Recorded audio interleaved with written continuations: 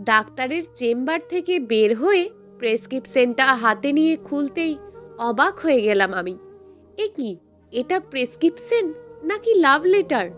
স্পষ্ট ভাষায় লেখা আছে আই লাভ ইউ। যদি আই লাভ ইউ টু ডাক্তারের সামনে দাঁড়িয়ে বলতে পারেন তবে আপনার সুস্থ হওয়ার চান্সটা একটু বেশি, নইলে ঘোর বিপদ। খুব আশ্চর্য হয়ে গেলাম আমি। প্রেসক্রিপশনটাই ভালোভাবে ডাক্তারের নামটা চেক করলাম। না, কোনোভাবেই তো পরিচিত মনে হচ্ছে না। তাহলে কেন লিখলো এগুলো? আর ওনাকে তো খুব ভালোভাবে পর্যবেক্ষণেরও সুযোগ পেলাম না। শুধু সমস্যাটা বললাম আর উনি ওইসব লিখে প্রেসক্রিপশনটা হাতে ধরিয়ে দিলেন। কি যে করি এখন! আর যা দীর্ঘ ভিড়, কিভাবে ওনার সাথে আবার দেখা করি? ওনার সাথে দেখা করতে হলে তো আবার দীর্ঘ সময় সিরিয়ালে দাঁড়িয়ে থাকতে হবে, কিন্তু ওনাকে তো আমাকে দেখতেই হবে। কেন লিখলেন এগুলো? আর কেনই বা আমার সাথে এরকম মশকরা করবেন? হয় তিনি কোনোভাবে আমার পরিচিত, নয়তো আমি ওনার পরিচিত। আমাকে এর বিস্তারিত ব্যাপারটা জানতেই হবে, নয়তো সারা রাত সারাদিন পেট আমার ভুটভাট করবে। অবশ্য আমার ডাক্তারকে নিয়ে ভিন্ন চিন্তাও হতে লাগলো। তাই সিওর হওয়ার জন্য আবার পরে বেরোনো কয়েকজন রোগীর প্রেসক্রিপশনটা চেক করলাম। না, ঠিকই তো আছে। ওদের তো ঠিকই ওষুধ প্রেসক্রাইব করেছে। পরপর তিনজনেরটা চেক করলাম। হ্যাঁ, ঠিকই আছে। তার মানে তিনি আমাকে ইচ্ছে করেই এটা লিখেছে। এবার মেজাজটা একটু কড়া হলো, তাই এগিয়ে গিয়ে জোর করে ডাক্তারের চেম্বারে ঢোকার চেষ্টা করলাম, কিন্তু সহকারীর তীব্র বাধায় ঢুকতে পারলাম না। অবশ্য সহকারীর আচরণটাও আমার সাথে স্বাভাবিক মনে হলো না। তাই আর কিছু না ভেবে হসপিটাল করিডোরে অপেক্ষা করতে লাগলাম কখন ডাক্তার বের হয়। এরই মধ্যে সহকারীকে কয়েকবার আমাকে প্রদক্ষিণ করতে দেখলাম। আমার সন্দেহের মাত্রাটা আরো তীব্র হতে লাগলো। মনে হচ্ছে এর কোনো গোপন রহস্য আছে। তাই করিডোরে বসে নানান ধরনের চিন্তা করতে লাগলাম। আর এমন সময় পরিচিত কাউকে মনে মনে খোঁজ করতে লাগলাম, কিন্তু কাউকেই তেমন কোনো কিছু মনে করতে পারছি না। হঠাৎই ফোনটা বেজে ওঠে আমার। বের করে দেখি বাবা ফোন দিয়েছেন আর আমাকে খুব তাড়াতাড়ি বাড়ি যেতে বললেন। অবশ্য হাসপাতাল থেকে আমার বাড়িটা বেশি দূরে নয়, কিন্তু রহস্যের সমাধান না করে তো যেতেও ইচ্ছে করছে না। কিন্তু বাবার বারবার ফোনে আর কিছু না ভেবে বাড়ির দিকে হাঁটা দিলাম। সবুজে ঘেরা চারপাশ, সারি সারি গাছ আর সুউচ্চ পাহাড়ের ভাঁজে ভাঁজে একে বেয়ে চলার রাস্তাটা আমার শৈশবের কথা মনে করিয়ে দিচ্ছে। আজ মাত্র 15 দিন হলো আমি আমার নিজের গ্রামে এসেছি। নিজের গ্রামের মাটির গন্ধে যে এতটা মধুময়তা লুকায়িত থাকে তা হয়তো দীর্ঘদিনের বিরতি ছাড়া বুঝতেই পারতাম না। এবার এতদিন পর নিজ গ্রামে ফিরে এসেছি আমার কর্মের তাগিদে। যেদিন আমার চাকরির বদলিপত্রটা খুলে নিজের গ্রামের আমাদের উপজেলার নাম দেখেছিলাম, সেদিন থেকেই এক চাপা উত্তেজনা কাজ করছিল আমার মধ্যে। হয়তো এত ভালো লাগা কখনো আমাকে স্পর্শ পর্যন্ত করতে পারেনি। নিজ এলাকাতেই ফিরেই পড়ে যায় জ্বরের কবলে। একটু সুস্থ হলেও বাবার জোড়াজুড়িতে ডাক্তার দেখাতে বাধ্য হলাম। অবশ্য আমার সাথে বাবাও আসতে চেয়েছিলেন, কিন্তু আমার জেদের কাছে আর পেরে ওঠেননি। বাবা আসলে আজকে যে কি পরিস্থিতির মধ্যে পড়তে হতো কে জানে। বাবা অবশ্য এই অবস্থায় দেখলে এরকম খুশিই হতেন, আর যেভাবেই হোক ডাক্তারকে খুঁজে বের করতেন। আমি রাজ রাজ আহমেদ, উপজেলা কৃষি কর্মকর্তা হিসাবে নিজ উপজেলাতেই জয়েন করতে যাচ্ছি। অবশ্য এত তাড়াতাড়ি আমার বদলি হবার কথা নয়। বদলি চিঠিতে নিজের উপজেলার নাম দেখে আর ঘাঁটাঘাঁটি করতে যায়নি। ভাবতে ভাবতে হাঁটতে হাঁটতে বাড়ির প্রায় কাছাকাছি চলে এসেছি। রংধনুর রং বাড়িতে স্থির হয়ে বসতে পারছি না। বারবার প্রেসক্রিপশনের দিকে তাকিয়ে বোঝার চেষ্টা করছি আসলে ঘটনাটা কেন ঘটলো, আর ডাক্তারই বা এমন কেন করবে। হঠাৎই বাবা রুমে ঢুকে পড়ল আর জিজ্ঞেস করলো, কি রে, ডাক্তার কেমন দেখলো তোকে? সব ঠিক আছে তো? দে দেখি প্রেসক্রিপশনটা, কি ওষুধ লিখেছে, আমি গিয়ে নিয়ে আসি। আরে না না বাবা, সব ঠিক আছে। তুমি শুধু শুধুই চিন্তা করছো। চলো তো, আমার খুব খিদে পেয়েছে। কোনো মতে মিথ্যে বলে বাবাকে নিয়ে খাবার টেবিলে চলে গেলাম। খুব তৃপ্তি করে আজ বাবার সাথে বসে খাবারটা খাচ্ছি। অনেক দিন পর বাবা আর আমি একসাথে বসে খাবার খাচ্ছি। আজও মায়ের চেয়ারটা ফাঁকা রয়ে গেছে। খুব মিস করি মা তোমাকে।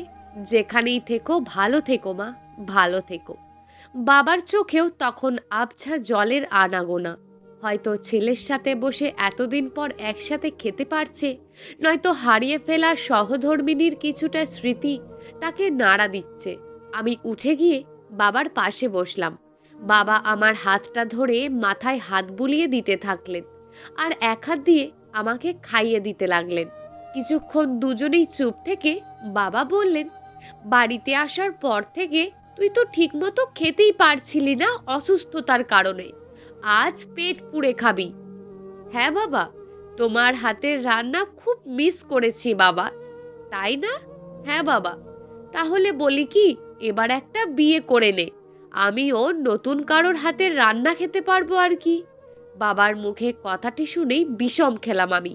বাবা পানি এগিয়ে দিলেন। এর মধ্যেই হঠাৎই বাসার কলিং বেল বেজে ওঠে। বাবা আমাকে রেখেই দরজার দিকেই যাচ্ছিল, কিন্তু আমি বাবাকে থামিয়ে দিয়ে দরজার দিকে এগিয়ে গেলাম। খুলে দেখি কুরিয়ারের লোক দাঁড়িয়ে আছে। কলমটা বের করে আমাকে সই দিতে বলল, আর একটা চিঠি হাতে ধরিয়ে দিল। লোকটাকে বিদায় করে রুমে ঢুকলাম। চিঠিতে প্রেরকের নাম দেখে আবারও আশ্চর্য হলাম। এ কি, এটা তো সেই ডাক্তারের নাম, ডক্টর মেহরিন চৌধুরী। আমার বিস্ময়ের মাত্রা বেড়েই চলেছে। তারপর বাবাকে কোনো মতে আমার অফিসের চিঠি বলে পাশ কাটিয়ে দিলাম। বাবা কেমন চোখে যেন আমার দিকে তাকালো। তারপর ব্যালকনিতে গিয়ে দাঁড়ালাম আমি। মনের ভেতর এক অজানা কৌতূহল কাজ করছিল, তাই তাড়াতাড়ি করেই চিঠিটা খুললাম। চিঠিটা খুলে আরও অবাক হলাম আমি। চিঠির লেখাটি আমাকে ভাবিয়ে তুলছিল। থ হয়ে গেলাম আমি। বড় ধরনের ধাক্কা আমাকে ছুঁয়ে গেল। মনে পড়ে গেল পুরনো স্মৃতিচারণে সেই সময়গুলো। হ্যাঁ, এই তো সেই মিহা, যাকে কোনোভাবেই ভুলতে পারবো না আমি। চিঠির লেখাগুলোর কথা জীবন্ত হয়ে উঠছে আমার কাছে। স্যার, এখনো সেই সাদামাটাই রয়ে গেলেন? একটুও পরিবর্তন আপনাকে ছুঁতেও পারেনি। আজকেও পরিবর্তন হার মানল আপনার বিশালতার কাছে। যাক, এতদিন পর আপনাকে এভাবে দেখব ভাবতে পারিনি স্যার। প্লিজ স্যার, আজকে আবারও বলছি, চশমার ফ্রেমটা চেঞ্জ করবেন কিন্তু। আর শীঘ্রই দেখা হবে আমাদের। আর সেদিন যেন চশমাটা চেঞ্জ দেখতে পাই, নইলে। ইতি মিহা। হ্যাঁ, মিহা। আমি কখনোই ওর পুরো নামটা জানতাম না। আর ও যে ডাক্তার হয়েছে সেটা তো আমার মনেই ছিল না। খুব সাদাসিধে সোজাসাপটা টাইপের মেয়ে ছিল মিহা। তখন আমার বিসিএস পরীক্ষা আর কয়েক মাস বাকি, তাই শেষের সেই মাসগুলোতে আর মিহার সাথে তেমন যোগাযোগ রাখতে পারিনি। অবশ্য লাস্ট একবার শুধু দেখা করেছিলাম ওর মেডিকেল অ্যাডমিশন পরীক্ষার আগের দিন। খুব করে রিকোয়েস্ট করেছিল মিহা যেন একবার হলেও তার সাথে দেখা করি। যদিও সে জানতো আমি বিসিএস পরীক্ষার জন্য খুব ব্যস্ত ছিলাম, তবুও সেদিন জোর দিয়ে বলেছিল মিহা। তাই সেদিন দেখা করতে গিয়েছিলাম ওর সাথে। শুধু মিনিট পাঁচেক কথা হয়েছিল সেদিন মিহার সাথে। ওর চোখগুলো সেদিন খুবই স্যাঁতস্যাঁতে ছিল। আমার মনের ভিতরটা খুব জড়সড় হয়েই আসছিল।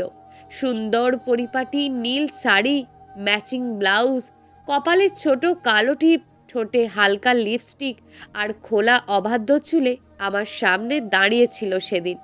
সেদিন দুইবার মিহার প্রেমে পড়েছিলাম আমি। খুব বলতে ইচ্ছে করছিল তাকে, খুব ভালোবাসি মিহা তোমায়। আমাকে তোমার চলার সাথী করে নেবে মিহা? কিন্তু কোথায় যেন আটকে গিয়েছিলাম আমি। আমার স্পষ্ট নির্লজ্জভাবে তার দিকে তাকানোয় মিহা একবার লজ্জামাখা চাহনিতে বলেছিল, কি দেখছেন স্যার? ওর কথার ঘোর কাটিয়ে বললাম, কই কিছু না তো মিহা, আসলে তোমায় খুব সুন্দর লাগছে। কথাটি শুনেই ওর ঠোঁটের কোণায় এক চিলতে হাসি সুস্পষ্ট হয়েছিল। তারপরই আমি বললাম, কেন ডেকেছিলে মিহা? কেন, আপনার কি খুব তাড়া আছে আজকে? আমি নির্লজ্জের মতন সেদিন মাথা নাড়িয়ে হ্যাঁ বলেছিলাম। নিমেষেই তার চোখে মুখে কালো আঁধার নেমে গিয়েছিল। আমি আবারও তাকে বলেছিলাম, কালকে তো তোমার স্বপ্ন পূরণের পরীক্ষা, তাই না মিহা? হ্যাঁ। ঠিকভাবে প্রিপারেশনটা শেষ করেছো? হ্যাঁ। তারপর কিছু টাইম দুজনেই স্থির ছিলাম। মিহার ভেতর কেমন যেন পরিবর্তন ছেয়ে গেল। ও বলল, কালকে পরীক্ষা, হয়তো চান্স পাবো, আবার নয়তো নাও পেতে পারি স্যার, তাই শেষ দেখা করতে এলাম। তারপর হঠাৎই তার ফেরার তাড়াহুড়ো বুঝতে পারছিলাম আমি, তাই তাকে শেষ অভিনন্দনটা জানিয়ে দিলাম। ও চলে যেতে লাগলো। হয়তো অভিমানটা জেঁকে বসেছে, কিন্তু কিছুই করার ছিল না আমার। আমি সেখানে ঠাঁই হয়ে দাঁড়িয়েছিলাম। ওর কিছু দূর যেতেই আমি নিজের সাথে পেরে উঠতে না পেরে পিছু ডেকে বসলাম। ও উৎসুক চোখে পিছনে তাকিয়ে বলেছিল, কিছু বলবেন স্যার? ওর চোখে তখনও ভেজা ছায়া। আমি বলেছিলাম, ভালো থেকো মিহা। প্রচণ্ড নিরাশতায় সেদিন মুখ ফিরিয়ে নিয়েছিল মিহা। আমি আর সেখানে দাঁড়িয়ে থাকতে পারিনি, দ্রুত ফিরেছিলাম রুমে। রংধনুর রং আসলে বাস্তবতা। বাস্তবতা অনেক কঠিনভাবে প্রকাশ পায় কিছু কিছু মানুষের জীবনে। মধ্যবিত্ত মানের পরিবারের জন্ম আমার। ছোটবেলায় মাকে হারিয়েছি। বাবাকেই ছোটবেলা থেকে মা আর বাবার জায়গায় দেখেছি। ছোটবেলা থেকেই আমাকে সমান আদরে বড় করে তুলেছিল বাবা। খুব শিক্ষিত ছিলেন না আমার বাবা, তবুও এক বুক স্বপ্ন দেখতেন নিজের ছেলেকে নিয়ে। খুব সুন্দর আর বন্ধুর মতন করে মিশে থাকতেন বাবা আমার সাথেই। আমার শৈশবের, কৈশোরের, যৌবনের সকল সময়ের সবচেয়ে কাছের বন্ধু ছিল আমার বাবাই। তাই ছোটবেলা থেকেই বাবার স্বপ্নকে বাস্তবে রূপ দেওয়ার জন্য চেষ্টা করেই আসছিলাম। তখন ঢাকা বিশ্ববিদ্যালয়ের শেষ বর্ষের ছাত্র আমি। অবশ্য শেষ বর্ষের পরীক্ষা তখন শেষ করে দিয়েছি। অনেক স্বপ্ন ছিল বাংলাদেশের সিভিল সার্জনের একজন সদস্য হওয়ার, তাই প্রথম থেকেই প্রিপারেশন নিয়ে আসছিলাম। যখন আমার শেষ বর্ষের পরীক্ষা শেষ হয়, তখন হঠাৎই বাবা প্রচণ্ড অসুস্থ হয়ে পড়েন। আমাকে বহন করার মতন টাকা তিনি বাসা থেকে দিতে পারছিলেন না, তাই অনেকটা বাধ্য হয়েই টিউশনির খোঁজ করতে থাকি। যদিও টিউশনি ব্যাপারটা আমার কাছে একেবারেই অপছন্দের, তবুও বাস্তবতার করাঘাতে আমি বাধ্য হয়েছিলাম। তেমনি এক দুপুর বেলায় আমাকে ফোন দিয়েছিলেন মিহার মা। খুব গুরুগম্ভীর আর শান্ত স্বভাবের মানুষ ছিলেন তিনি। খুব অল্প কথাতেই বলতেন তিনি। সেদিন খুব ছোট্ট করেই বলেছিলেন, তুমি কেমিস্ট্রি ডিপার্টমেন্টের ছাত্র। আমি শুধু মাথা নাড়িয়েছিলাম। তারপর ভালোভাবে আমাকে পর্যবেক্ষণ করে বলেছিল, একটু দেখে পড়িও যেন আমার মেয়ের স্বপ্নটা পূরণ হয়। আমি তখনও মাথা নাড়িয়েছিলাম। অবশ্য আমার এমন অবস্থা থেকে পাশে থাকা মেহা সেদিন ফিক করে হেসে উঠেছিল। তারপর যেদিন থেকে ওকে পড়াতে শুরু করলাম, সেদিন থেকেই ওর প্রাণবন্ততা আমাকে মুগ্ধ করেছিল। যথেষ্ট মেধাবী ছাত্রী ছিল মিহা। পড়ার প্রতি যেমন ওর ঝোঁক ছিল, তেমনই ছিল প্রগাঢ়তা। অবশ্য কয়েকদিনের মধ্যেই বুঝতে পারি ওর অন্যান্য বিষয়গুলোতেও ছিল ব্যাপক পটুতা। নিমেষেই যে কারোর সাথে সহজেই মিশে যেতে পারে। খুব স্পষ্টবাদী মেয়ে মিহা। যেটুকু সময় তাকে পড়িয়েছি, সেটুকু সময় আমার বেশ ভালোই কেটেছে ওর টক মিষ্টির কথার সাথে। কথা বলাতেও যেমন পটু, তেমন দুষ্টুমিতেও ছিল সবার ওপরে। একবার আমি মিহাকে পড়ার জন্য একটু চড়া কথা শুনিয়েছিলাম, ব্যাস তাতেই আবার 3 দিন বিছানায় থাকতে হয়েছে। সুন্দরভাবে মিষ্টি মিষ্টি কথায় আমাকে মরিচের শরবত খাওয়াতে বাধ্য করে ওর মায়ের সামনে, যেন আমি ছাড়া এই কাজটি আর কেউ টেরই পেল না। আর তাতেই পেটের পীড়ায় 3 দিন বিছানায়। খুব রাগ হওয়ার কথা ছিল ওর কাণ্ডেতে, কিন্তু আমার রাগ নিমেষেই পানি হয়ে যায় ওর মিষ্টি হাসির ফুলঝুরিতে। আমাকে কাবু করে ও যেন খুব তৃপ্তি পেয়েছিল। ওর দুরন্ত হাসি সেদিন তাই বলেই দিয়েছিল। ওর অমন ছেলে মানুষিতে আমার মুখে একচিলতে হাসির উদয় হয়েছিল। সেই ঘটনার পর থেকে প্রায়ই দেখতাম ও ওর আমার প্রতি ছোট ছোট কেয়ারিংগুলো। প্রতিদিন কিছু না কিছু স্পেশাল খাবার আমার জন্য রেডি করত। আমার ছোট্ট ছোট্ট চাগুলিকে খুব প্রাধান্য দিত। মাঝে মাঝে আমার দিকে একনাগাড়ে তাকিয়ে থাকতো। বিষয়গুলি আমাকে অনেক কিছুই স্পষ্ট করেছিল। আমি বুঝতে পারছিলাম ওর আমাকে ঘিরে এক অন্য ধরনের ফিলিংস তৈরি হচ্ছিল, যা তখনও পর্যন্ত কোনোভাবেই আমার কাম্য ছিল না। তাই আমিও বিভিন্নভাবে ওকে ইগনোর করতে থাকলাম। বিভিন্ন ছুতোয় ওকে বোঝানোর চেষ্টা করতাম যে ও যেটা ভাবছে সেটা ঠিক নয়। কিন্তু আমার কোনো কাজই যখন সফল হচ্ছিল না, তখন নিজে থেকেই ওকে আর পড়াতে যেতাম না। বেশ কিছুদিন পর ওর মা তেমনই এক দুপুরবেলায় আমাকে আবারও ফোন দেয় আর দেখা করতে বলে। ওনার সামনে আমি চুপচাপ বসেছিলাম। মিহা দূর থেকে ছলছল চোখে আমার দিকে তাকিয়েছিল। তারপর মিহার মা খুব শান্তভাবে আমার দিকে তাকিয়ে বলল, বাবা রাজ, তুমি কি নিয়ে মন খারাপ করেছো তা আমি জানি না, আর জানতেও চাই না। শুধু বলো, তুমি কি আমাদের ব্যবহারে কোনো কষ্ট পেয়েছো? তুমি চাইলে আগে যেভাবে পড়াতে আসতে সেভাবেই আবার শুরু করতে পারো। আমি কিছু বলতে পারলাম না ওনার কথার বিপরীতে। শুধু মাথা তুলে বললাম, ঠিক আছে আন্টি, আমি আগামীকাল থেকেই আসবো। তারপর থেকে মিহাকে আবারও পড়াতে আসতাম, কিন্তু মিহা তখন থেকে বেশ চুপচাপ থাকতো। ওর নিস্তব্ধতা আমাকে মাঝে মাঝে চুরমার করে দিচ্ছিল। আমি কোনোভাবেই ব্যাপারটা মেনে নিতে পারছিলাম না। তাই মিহাকে একদিন বলেই ফেললাম, মিহা, তুমি কি আমাকে আর সহ্য করতে পারছো না? যদি সেরকমই হয় তাহলে বলো, আমি আর আসবো না। কথাটি শুনে মিহা গভীরভাবে আমার দিকে তাকালো আর বলল, না স্যার, আপনি আসবেন, অবশ্যই আসবেন। আপনি না আসলে আমার স্বপ্ন পূরণ হবে না স্যার। আপনাকে না দেখে আমি থাকতে পারবো না। আমি তখন বেশ অবাক হয়েছিলাম ওর কথা শুনে। তার মানে ওর আবেগটা তখনও বজায় ছিল। আস্তে আস্তে মিহার দিকে ঝুঁকে পড়ি আমি। এদিকে ওর অ্যাডমিশন পরীক্ষা প্রায় হাতের কাছে, তাই পড়া থেকে বিরতি নিতে হবে। ওর মাকেও বিষয়টা জানালাম। তারপর শেষ যেদিন ওদের বাসাতে পড়াতে যাই, সেদিন বাড়িটা খুব করে সাজানো ছিল। আমি ভিতরে ঢুকেই বেশ অবাক হয়েছিলাম। তারপর জানতে পারি আমার জন্যই নাকি এত আয়োজন, আর এর সবটাই নাকি মিহা করেছে। হ্যাঁ, সেদিন আমার জন্মদিন ছিল।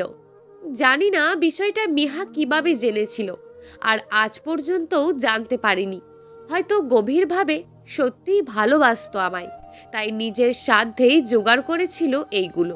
সেই আয়োজনে আবারও একই সাজে প্রথম মিহা আমার সামনে এসেছিল, আর সেদিনও একই মায়া নিয়ে তাকিয়েছিলাম আমি। হয়তো সেটাই ছিল প্রথম প্রেমে পড়া মিহার প্রতি। সেদিনকার সর্বত্র আয়োজন শেষে আমাকে অবাক করে দিয়ে আমার হাতটা ধরে সবার অগোচরে ছাদে নিয়ে যায় মিহা। আমি তখনও ঘোরের মধ্যে ছিলাম। কি করছিল কি মিহা? ও কি পাগল হয়ে গেল নাকি? হ্যাঁ, সত্যি তেমন কিছু করেছিল সেদিন আমার সাথেও।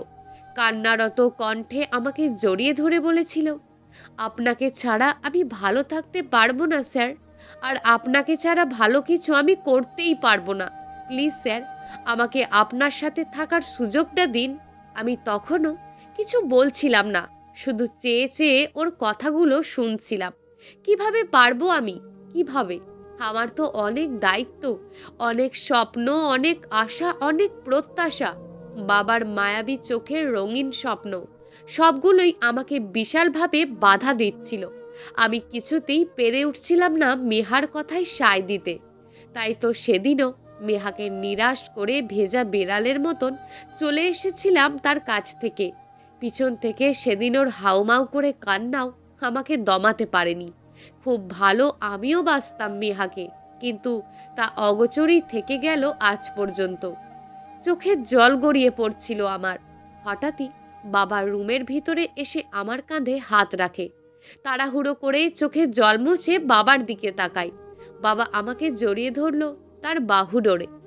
জানি না বাবা কিছু আন্দাজ করতে পেরেছিল কিনা। তারপর বলল, ড্রয়িং রুমে কেউ তোর জন্য অপেক্ষা করছে। আমি চলে গেলাম ড্রয়িং রুমে। জীবনের সবচেয়ে বড় ধাক্কাটা আমি খেলাম। নিজের চোখকেই বিশ্বাস করতে পারছিলাম না আমি। আমি বোধহয় তৃতীয়বার প্রেমে পড়লাম। মেহা সেই একই সাজে আমার সামনে দাঁড়িয়ে আছে। কিছুক্ষণ দুজন এভাবেই দাঁড়িয়েছিলাম। হঠাৎই মিহা আমাকে দৌড়ে এসে জড়িয়ে ধরল। আজ আর কোনো বাধাই আমাকে আটকাতে পারল না। আমিও জড়িয়ে নিলাম মিহাকে। এক পরম ভালোবাসার মুহূর্ত। দুজনের চোখেই জল গড়িয়ে পড়ছিল।